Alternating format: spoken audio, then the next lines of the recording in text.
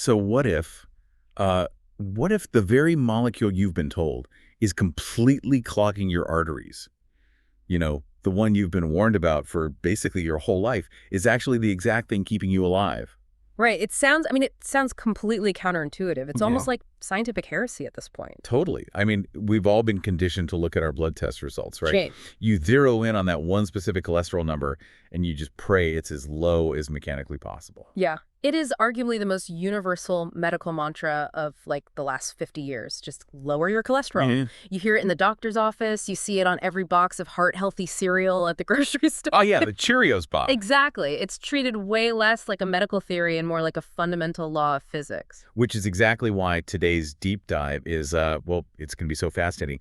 We are thrilled you're joining us today because we're unpacking a stack of research that suggests this massive fundamental law of modern medicine might not just be a little bit off. It might be completely backward. Yeah, we're looking at the highly controversial arguments laid out by Dr. Ufer Rabenskopf in his book, The Cholesterol Myth.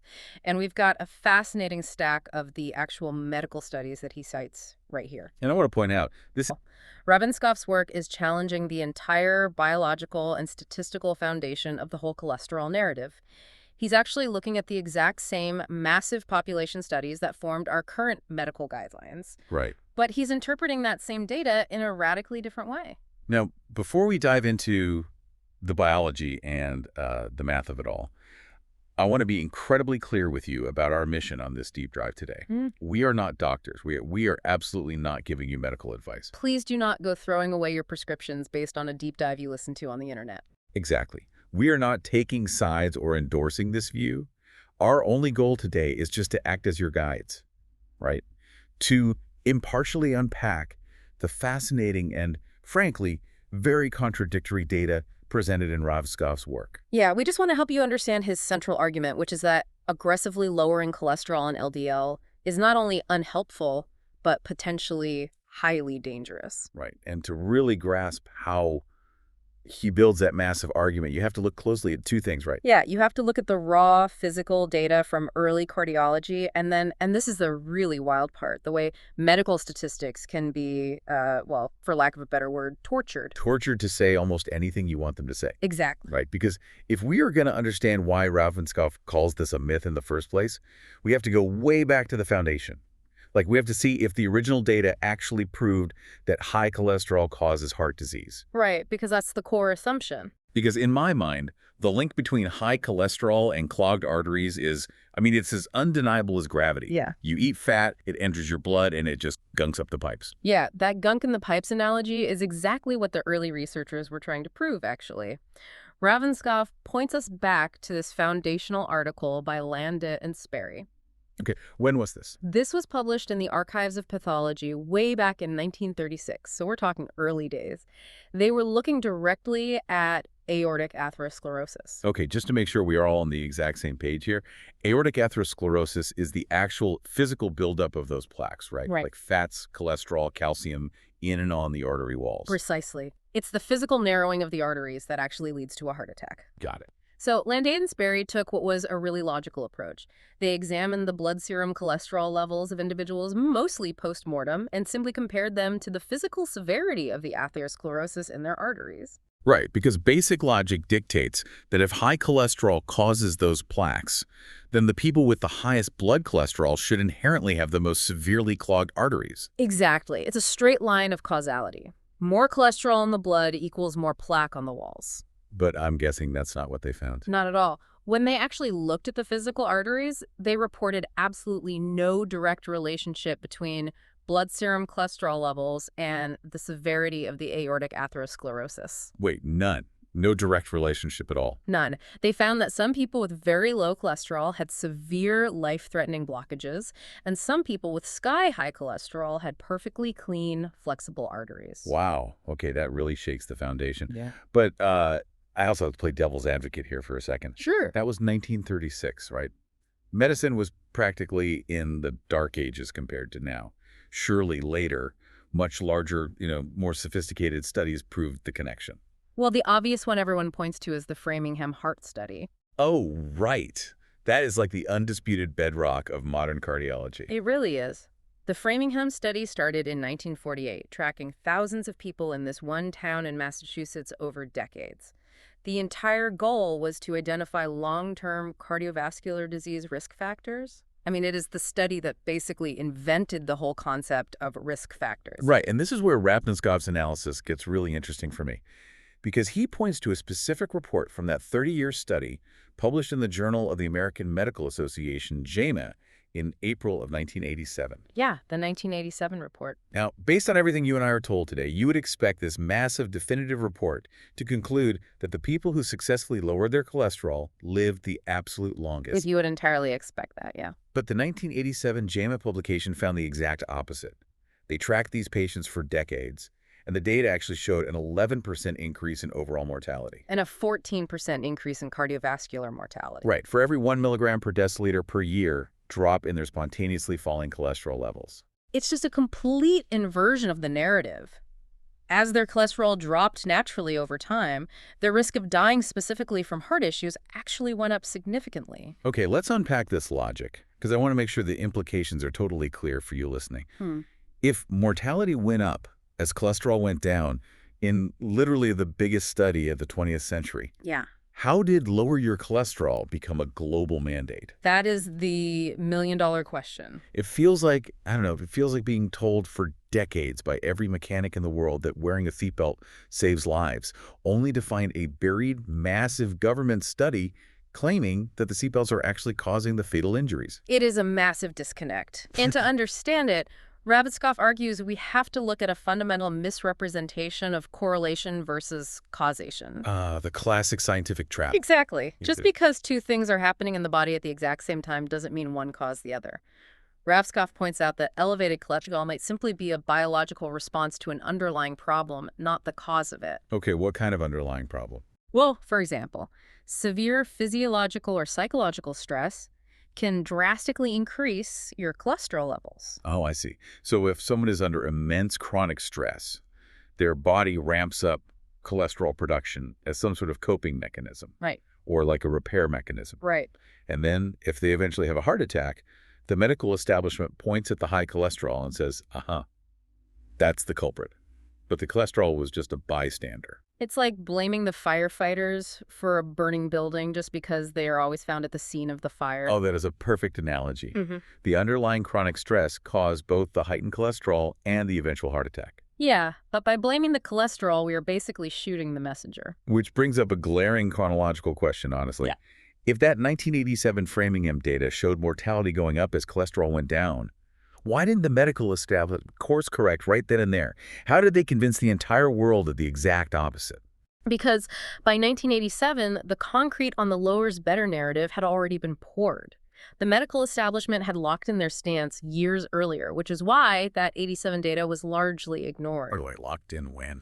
Ravitskov traces this lock-in back to the early 80s, specifically a massive report published in the journal Circulation in 1980 by the American Heart Association and the National Heart, Lung, and Blood Institute. So they essentially established the rule book in 1980, making it very, very inconvenient when contradictory data showed up 7 years later. Exactly. In that 1980 report, these huge organizations claimed that the early Framingham data proved a clean mathematical rule. They said a 1% reduction in total cholesterol resulted in a 2% reduction in coronary heart disease. Wow. Okay, that sounds incredibly persuasive. Like drop your cholesterol a tiny bit and your heart disease risk drops twice as fast. It's a fantastic return on investment for any patient. Oh, it's the kind of statistic that changes global health policy overnight. Really? But Ravenskov's sources argue that this claim was, and this is a strong word, mathematically fraudulent. The actual raw data simply did not support that proportional 1-to-2 ratio. So how did they get those numbers then? To understand how they manufactured these impressive-sounding numbers in the 80s, you really have to understand a mathematical sleight of hand. You have to understand the difference between relative risk reduction, or RRR, and absolute risk reduction, ARR. Okay, I have seen this play out in medical journals before, and it is infuriating once you actually know what to look for. Researchers will use relative risk reduction to make a tiny, almost insignificant change sound massive. all while completely hiding the absolute risk reduction, yeah. So walk us through the specific math Ravskov uses to expose this, because this really seems to be the linchpin of the whole statistical illusion. Let's break it down using a standard clinical trial framework. Imagine researchers are testing a brand new intervention, say a daily pill to lower cholesterol. They have a control group of 100 people who take a placebo. Okay, 100 people on a sugar pill. Right. Over the course of the study, 2 out of those 100 people die of a heart attack. So the baseline absolute risk of dying is 2%. Correct. Now, they look at the intervention group, the 100 people who actually took the active cholesterol-lowering pill. In this group, only 1 person dies of a heart attack. Okay, so the absolute risk for the treated group is 1%. Yes. Now, if you are the pharmaceutical company funding this, how do you report this to the press? Do you use absolute risk reduction? Because if you do, you have to stand at a podium and say, our new drug lowers your risk of dying by exactly 1%. Which is statistically true. Out of 100 people, the death rate dropped from 2 to 1, an absolute difference of a single percentage point. But nobody's going to rush out and buy a blockbuster drug for a 1% improvement. Exactly. So instead, they use relative risk reduction. They compare the 1 death in the treated group to the 2 deaths in the control group. Because 1 is half of 2, they can legally, mathematically claim in a massive headline that their intervention resulted in a 50% reduction in mortality. It's such a brilliant, highly deceptive marketing trick. It's like a department store advertising a massive blowout 50% off sale. You see the billboard, it sounds revolutionary, and you rush in. Right, but then you realize the item they're selling only costs 2 cents to begin with. Exactly, and you're only saving 1 penny. Technically, the math isn't a lie. You are paying half the original price. Right. But in absolute practical reality, you only saved a single penny. It changes absolutely nothing about your financial situation. Just like a 1% absolute drop in mortality barely changes your health profile, even if the billboard is screaming 50% lower risk. That is wild. And that is exactly the mechanism Ravenscoff is pointing out. Researchers and organizations frequently weaponize relative risk reduction to distort the perceived benefits of an intervention. It makes marginal, statistically weak improvements look like monumental medical breakthroughs. Which is why Ravenscoff concludes that the statin emperor has no clothes. Exactly. The entire mandate to aggressively lower cholesterol is built on these tortured relative statistics. But, this isn't just an abstract debate about math on a chalkboard, is it? If the statin emperor has no clothes, we have to look at the physical reality of what these drugs are actually doing to people. We really do. Because now that we understand how the lower is better narrative may have been statistically manufactured, what actually happens to the biological machinery of the human body when we aggressively drive cholesterol down? Well, this is where the data gets incredibly sobering, because if cholesterol isn't the enemy, if it's actually serving a crucial biological purpose, then forcefully suppressing it is going to cause some major collateral damage. So what do the studies show about that? Ravenscoff points to multiple massive studies asking a very direct question. Does a drastically lower LDL-C, that's the so-called bad cholesterol, actually correlate with a lower risk of death? And the data says no. The data says absolutely not. Look at the 2009 study from the Cardiology Journal. They examined what happens when a patient's LDL-C is aggressively lowered to under 105 milligrams per deciliter. Okay, and what happened? What they found was that when LDL was pushed below that 105 threshold, total mortality was twice as high compared to people with a higher LDL-C. Wait, double the mortality. That completely flips the risk profile. If someone's LDL drops below 105, they aren't safe. They are suddenly in a high-risk category for overall death. Yes. That directly contradicts the modern guidelines, pushing people to get their numbers as low as mechanically possible. It contradicts it entirely. And if you want a scale to back this up, look at the 2019 Korean public health study published in Scientific Reports. They looked at the health records of over 12 million people. 12 million people. Wow, okay, that is an undeniable population trend. You can't just write that off as a statistical fluke. No, you really can't. They were looking for the total cholesterol sweet spot, basically, the level associated with the absolute lowest risk of mortality. And what was the magic number? They found that the lowest risk of dying was associated with the total cholesterol between 210 and 249 milligrams per deciliter. Which is fascinating because anything over 200 is generally flagged as high cholesterol today, right? Like the guidelines suggest getting it well under 200. Right. But the data on 12 million people says that being between 210 and 249 is where you actually live the longest. So the study essentially concluded that being under 200 is bad. The study explicitly concluded that a total cholesterol less than 200 is not necessarily a sign of good health. So if the data suggests that driving cholesterol down paradoxically correlates with higher mortality, how are we achieving this artificially low state in millions of patients? Well, we are doing it with statins. Right. And Ravenskov's sources dive into the pretty dark side of these pharmaceuticals. He specifically highlights a drug called cerevistatin, doesn't he? Yes, he does. Cerevistatin was a synthetic statin prescribed in the late 1990s by Bayer under the brand names Baycol and Lipobay. But to really understand why it was so dangerous, we have to explain how statins actually work in the body. Okay, let's get into the mechanics. They are what's known as HMG-CoA reductase inhibitors. Okay, let's break that jargon down for a second. What is HMG-CoA reductase and why exactly are we inhibiting it? HMG-CoA reductase is a specific, vital enzyme in your liver. You can think of it as the master control switch for a really complex biological assembly line called the mevalonate pathway. The mevalonate pathway. Okay. Your body uses this assembly line to naturally manufacture cholesterol, which it desperately needs for building cell membranes and synthesizing hormones. Statins are designed to flip that master switch off. So they forcefully shut down the whole assembly line so the liver stops producing cholesterol. Exactly. But shutting down that assembly line caused massive problems with cerevistatin, right? Because it was voluntarily pulled from the global market in 2001. Yeah, it was pulled because it was triggering a severe, sometimes fatal condition called rhabdomyolysis. Walk us through the actual biological mechanics of that. What is rhabdomyolysis actually doing to the body? It is a devastating cascade of organ failure. Rhabdomyolysis is the rapid toxic breakdown of damaged skeletal muscle. Essentially, the statin causes the muscle fibers themselves to dissolve and rupture. God, that sounds awful. It is. As these muscle cells die, they burst open and they leak their internal contents, specifically these massive muscle proteins called myoglobin and raw electrolytes directly into the bloodstream. Which is a completely unnatural state. Yeah. The blood isn't meant to transport raw, dissolved muscle tissue. No, exactly. Those massive myoglobin proteins travel through the bloodstream and they hit the kidneys. Now, your kidneys are microscopic filtration systems designed to filter out tiny, tiny waste particles. Right.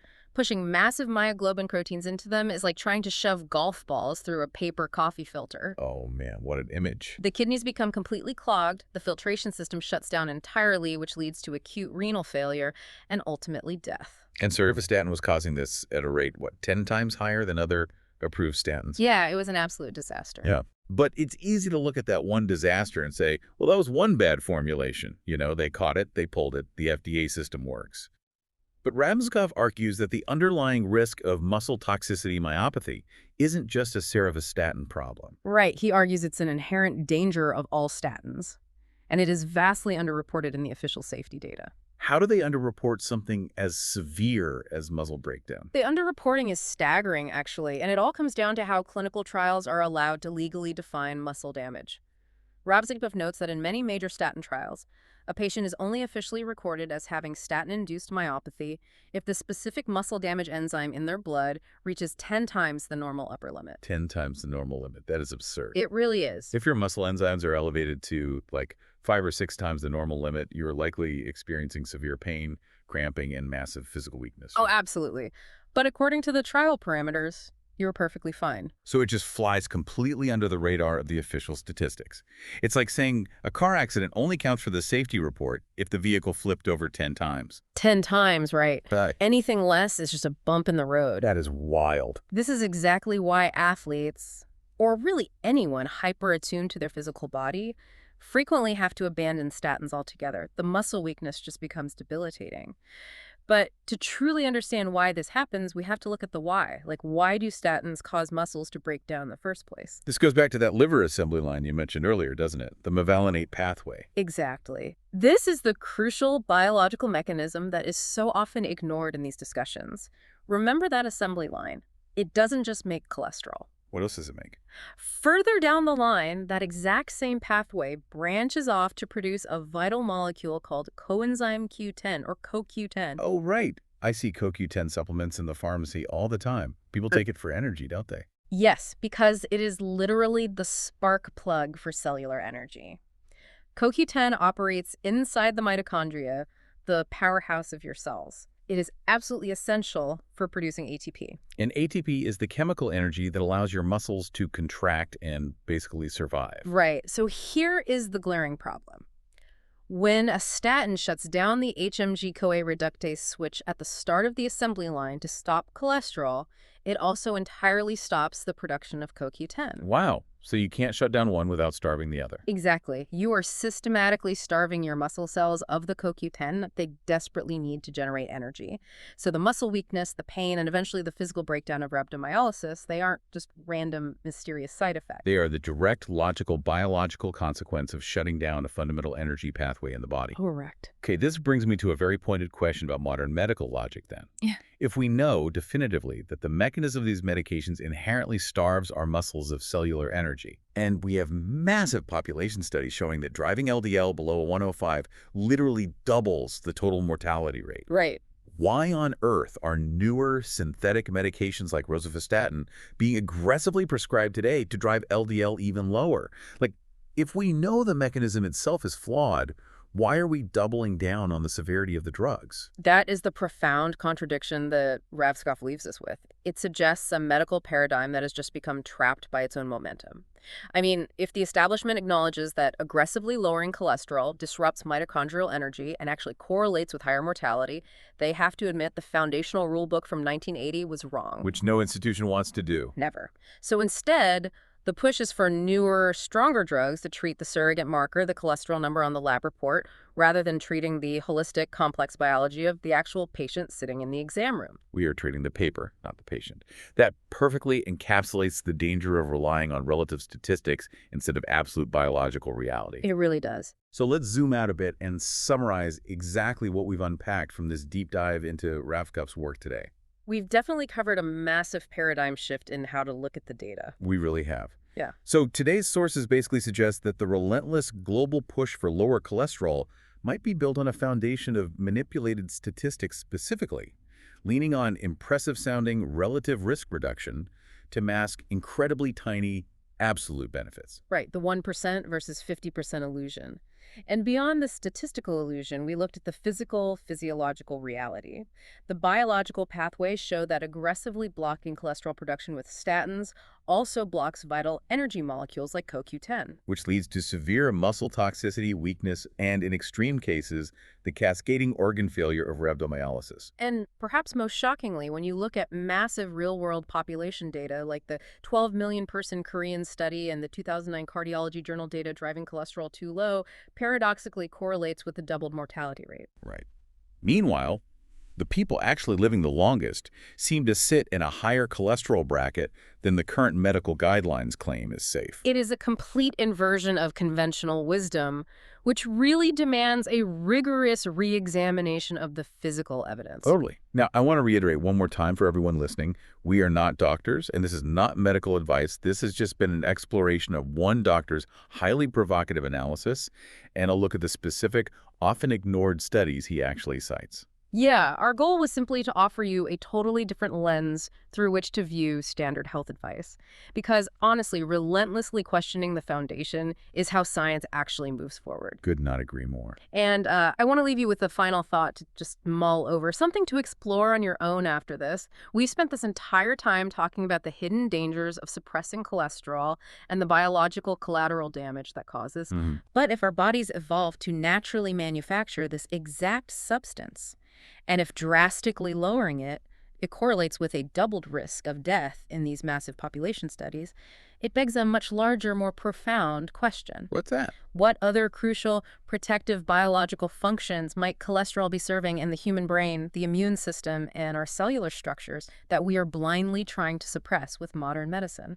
Man, that is a wild thought. It really makes you wonder what that molecule is actually building while we are so busy trying to tear it down. Thanks for diving deep with us today. We'll see you next time.